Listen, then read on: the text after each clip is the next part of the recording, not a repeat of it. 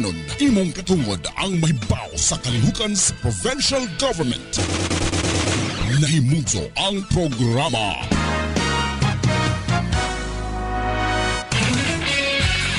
Sibya sa probinsya.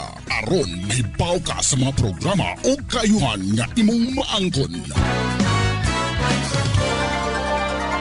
Sibya sa probinsya. Inyong makauban si Aldrin Che. Sibya sa probinsya. Matag adlawng Miyerkules sa alas 11 sa buntag hangtod sa alas 12 sa uto sa radyo natin FM.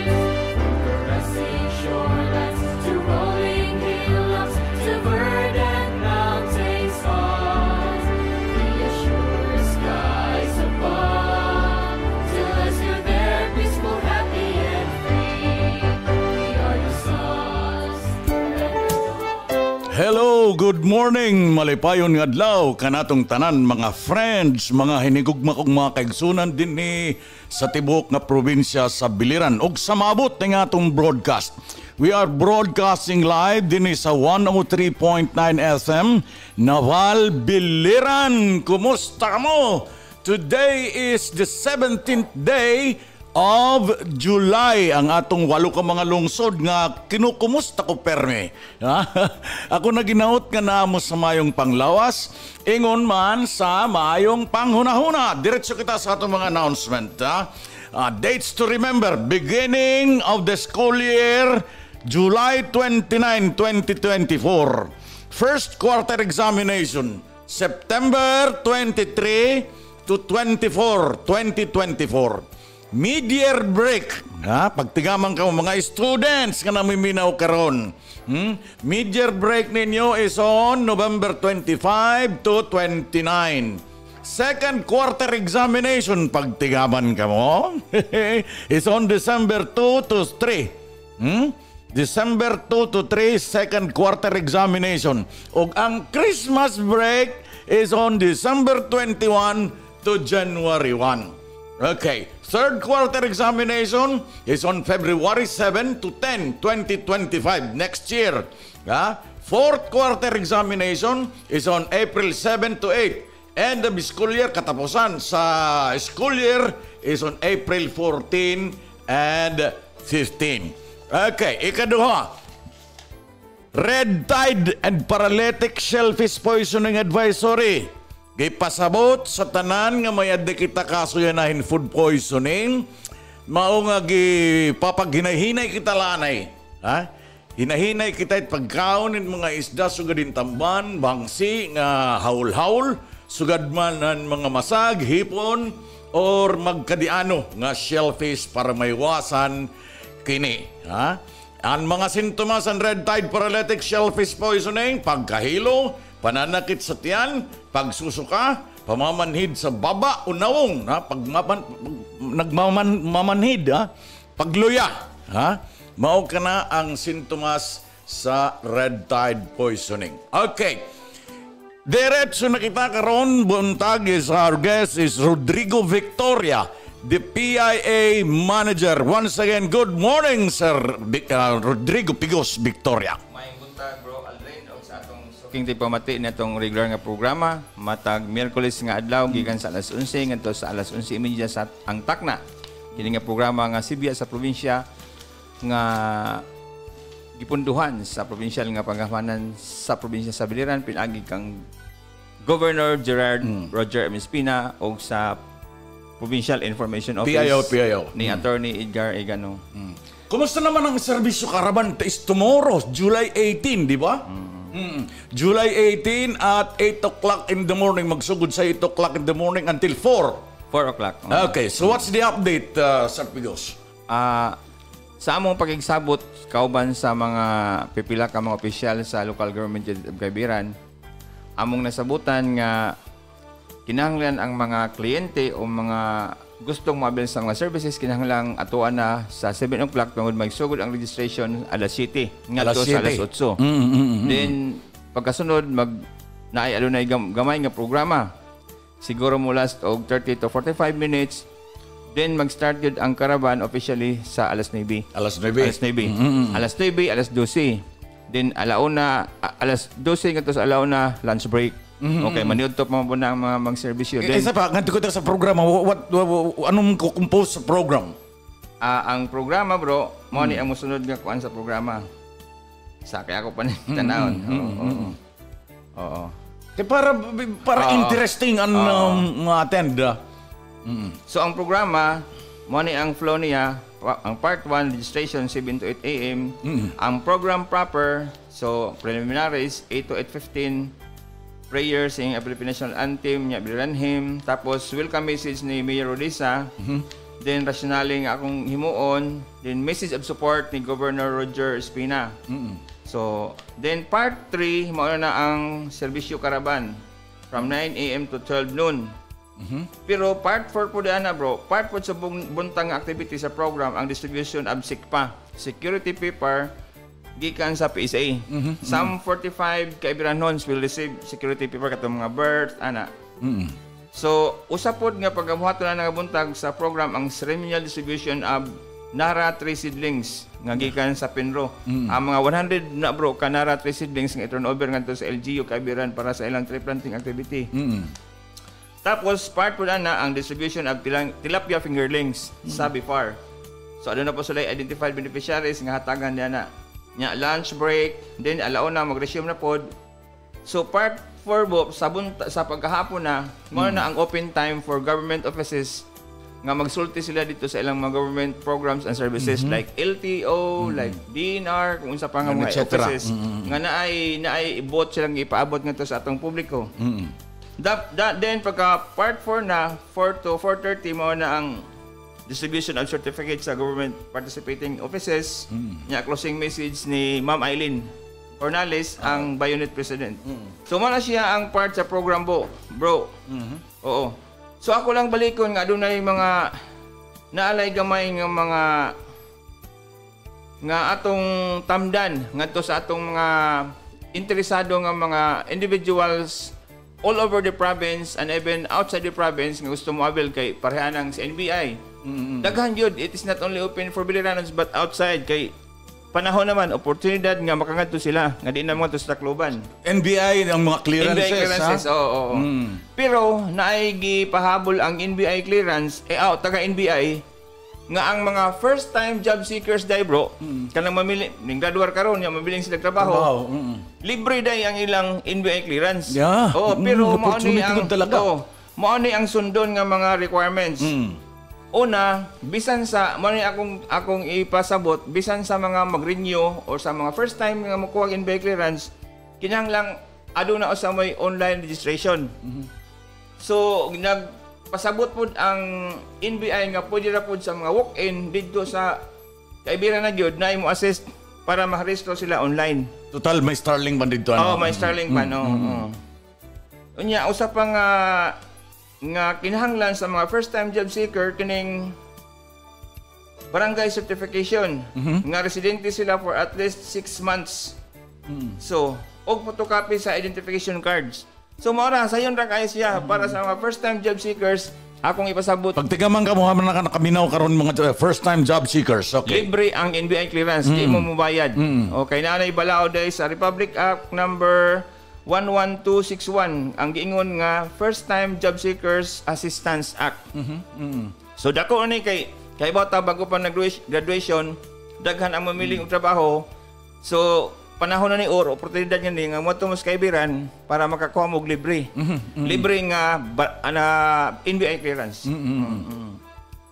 Tapos bro, na po yung mga updates.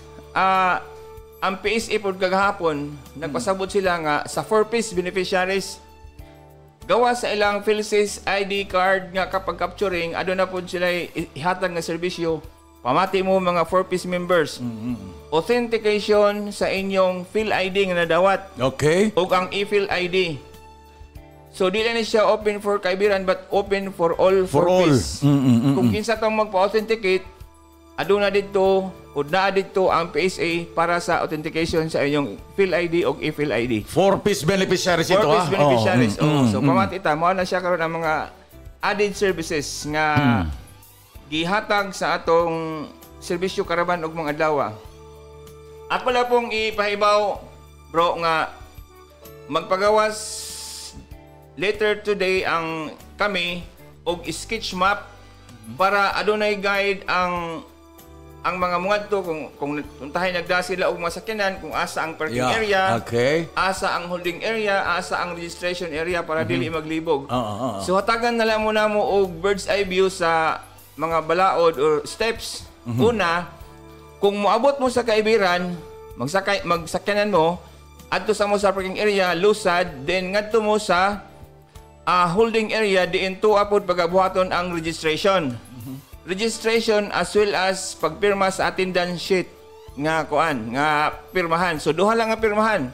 Pagkatapos ana, mangayo mo og priority number kung asa mo nga opisina mo avail og services, for example NBI. Then kana nga priority number, tawagon po na siya sa marshal nga, sir, wala ni siya. Then usa mo pasakbon ngadto sa Kaibiran Gym. Then usa sa mga added nga steps or nga rules is that ang usa ka kliyente pwede siya mo avail at the maximum of 3 services. 3 services sa kuntahay NBI, PSA ug usa pa nga ahensya pwede siya tulo. Okay. Pero dito sa registration butangan na mo daan og restag nga tulo ang inyong i-avail. Oo. Bisan ang priority number po ang priority number ihatag lang usa primero sa first agency nga imong i-avail. Mahuman ka sa pag-serve dito, ma-serve na ka dito, balik na po ka dito sa registration area, mo-avail na po ka sa ikaduha, mo pirma ka dito kung asa nga opisina. Nya, butangan na po ka og tag, restag. Then third, sumaw na to siya. Basta anyway, di halaman po dano ha? Diha lang. Kay ang serbisyo karaban murag sa pagkakaroon murag one stop ha? One stop siya. So ana na siya ibutang sa Kaibiran Gymnasium siguro. Unya ang holding area ngadto sa may covered court, unya siguro ang parking area diri sa may ilang elementary school. O kay para orderly, ang tuyo na mo nga orderly ang flow sa pagpahigayon sa karaban, bro. So what else? So ako pong pahibaw di ay ang mga ugbalik ang mga services nga offered basi wala pong makahibaw. Okay. Ang SSS, so adunay mga serbisyo ani nga ipanghatag. SSS kining inquiries, facility verifications, issuance of forms, update of contact information, annual confirmation of pensioners, SSS barangay ug uban pa nga mga serbisyo sa SSS. Ang Coast Guard ug ang BFAR, mangrehistro sila bro sa mga makina. Sa mga sakayan. Sakayan. Na 3 gross tonnage below. So kinsa to yung mga tag-iya og mga pambot nga 3 gross tonnage below ngadto lang mo sa kaibiran og mga dawa kay adunay pagpangrehistro. Unsa may dalhon nila? Ang dalhon nila ang form available dito nga ihatag sa Coast Guard. Kining SSE inform. Tapos certification of boat ownership. Kini siya makuha sa Municipal Agriculture Office. So sa wa pa mo to pagkuha sa mo nga certification. Dire lang kay taga-Kaibiran ha? Dili lang. Okay. Sa tanang lungsod. Tapos barangay certification, unya valid ID, unya whole picture nimo sa tag-iya og ang imong pambot nga pambot. So man na siya ang usa. Then aduna pod kitay mga abogado bro nga tuwa dito. Ang Public Attorney's Office ug ang opisina ni Attorney Edna Honor, ang Biliran Prosecutor's Office. Maghatag gyapon sila og legal services. Ang specifically ang Attorney's Office mohatag og notarization and legal counseling. Ang kadtong sa prosecutors durudaghan ang ila. So kung magkuan mo og prosecutor's clearance, pwede dito issue notarization of affidavits, nya bisan ang filing of complaints. Mudawat sila og bisan I think mga pila ni sila ka prosecutor si Ed Damchis Tulo sila nya murag upat pod ka lawyers ang sapaw. Okay. Sige. So pag-ibig fund to apo dito BIR o kining sa BIR katong wala pa na mga gagmay nga mga problema mo ngadto mo sa BIR ugma dagan ra ba regional nagsisirabayan. So kung damo yung mga pangutana dito andam ang taga BIR mo tubag. Nya na po yung mga registration requirements sa mga necessary BIR forms tuwa. Og uban pa nga mga compliance nga inyong i-comply sa BIR ngadto mo ug mga adlaw sa kaibiran. Usapod bro nga gikuan gyud nga opisina kining Professional Regulation Commission o PRC. PRC. So mao ni ang ilang mga serbisyo. Certification and authentication of board rating, board passing, good standing, professional ID card o kining renewal. Mga paso na nga mga license ano? In renewal, exam application, initial registration. Pero may ang ilang proseso pareha sa NBI mga to sa mo online. Kay na may corresponding payment di So ayaw mo pag iyon nga librehan na ay mga ahensya nga tungod sa ilang citizens charter nga sundon mo na siya. So pareha na sa PRC mag-online sa mo. Tapos kung naa na dito ang inyong mga requirements bayad unsa adto na sa kaibiran ko. The Philippine Regulation Commission.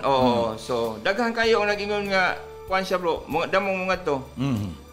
Usapod nga serbisyo nga na ang kining dental and medical services. For all you know, amo lang nidang ipasabot nga tungod kay first come first serve siya, ang ma-serve lang yun. Kay amo na nang gitantiya og ang mga dentist na lang sa mga 120 ka mga patients. Kay inyong gani daghan na gani siya. Sa dental na siya mga 120 patients na siya. So tagaan talaga mo kuan nga kung mulapas na murag di na gyud makakaya kay tulura nga tong dentist. Nakapalista na listado na ni kining 120. Wala pa. First come first serve gyapon siya nga to. Okay. Magpalista gyapon. Basta 120 lang. The earlier the better. Unya kini pong medical services. So as per meeting na mo dito bro, maka-accommodate lang sila og mga the maximum of 200. Depende man pud sa nas mga saingan aning kanang available nga medicines bro. So man ni usapod nga serbisyo nga ihatag ditong sa kining sa Pinro bro. Ang announce nimo kanina nga chinso gawa sa seedlings magkano bang maresto sila sa chinso.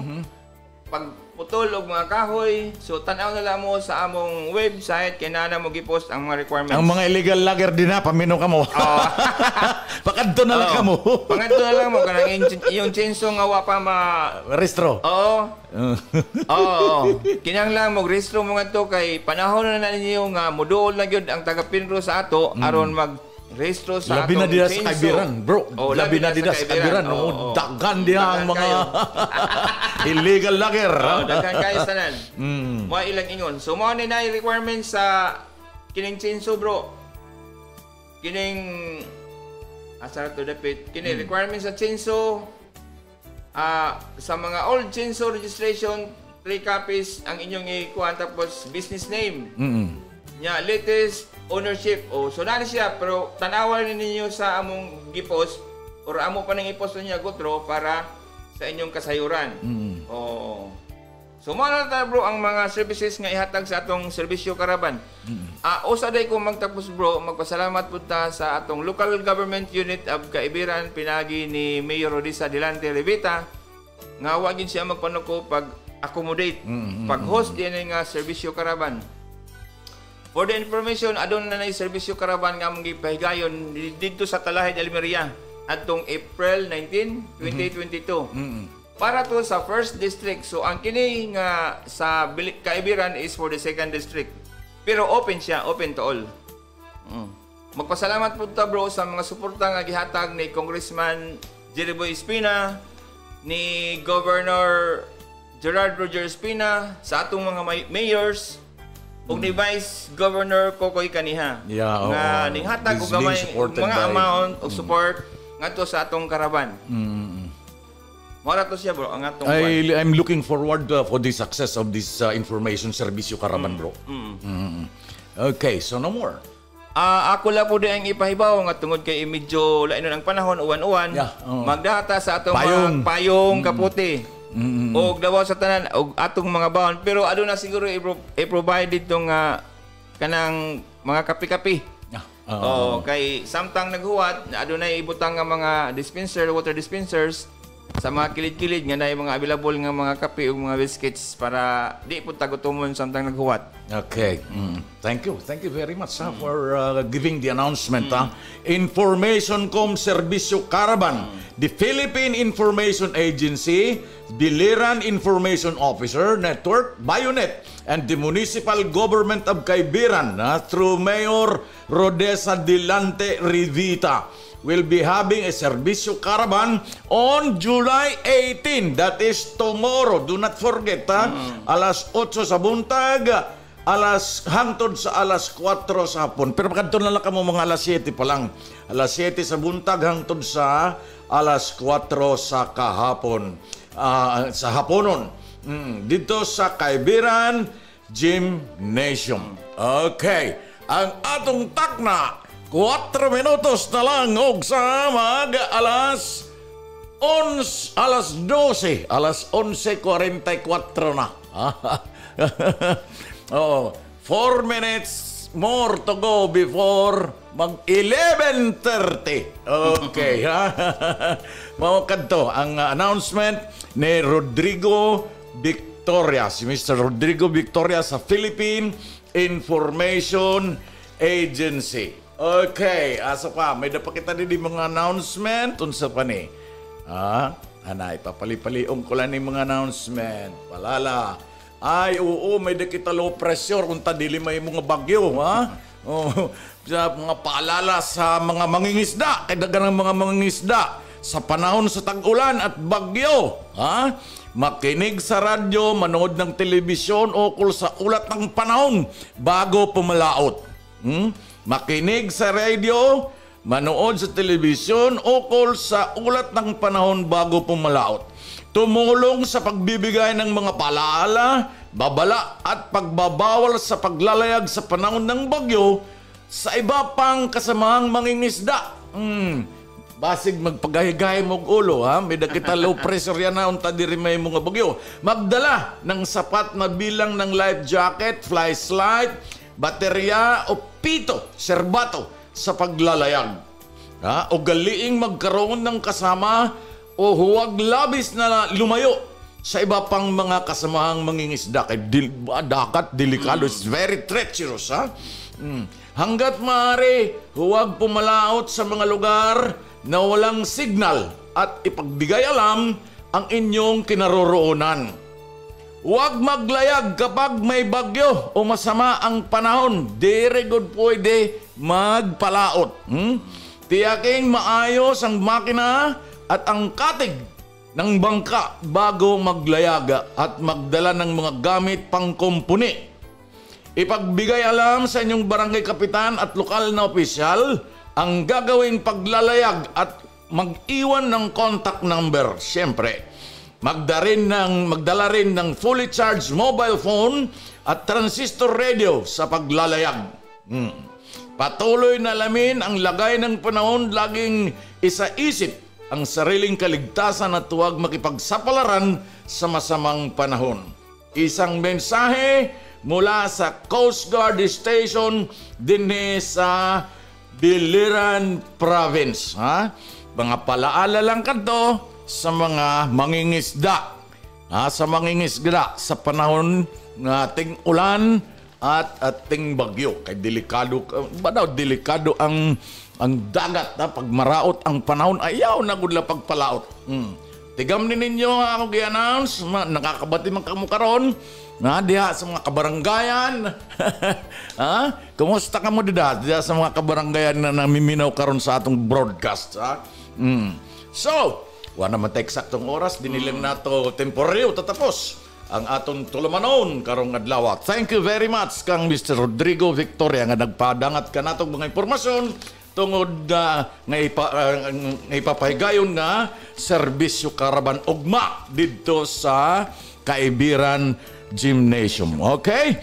Sa ngalan sa atong Provincial Information Office kang Attorney Ed Igano o sa ngalan ni Governor George Pina, kini si Aldrin J. nagpapasalamat sa inyong paminaw. Mayong buntag, God bless and mabuhay. Bye-bye.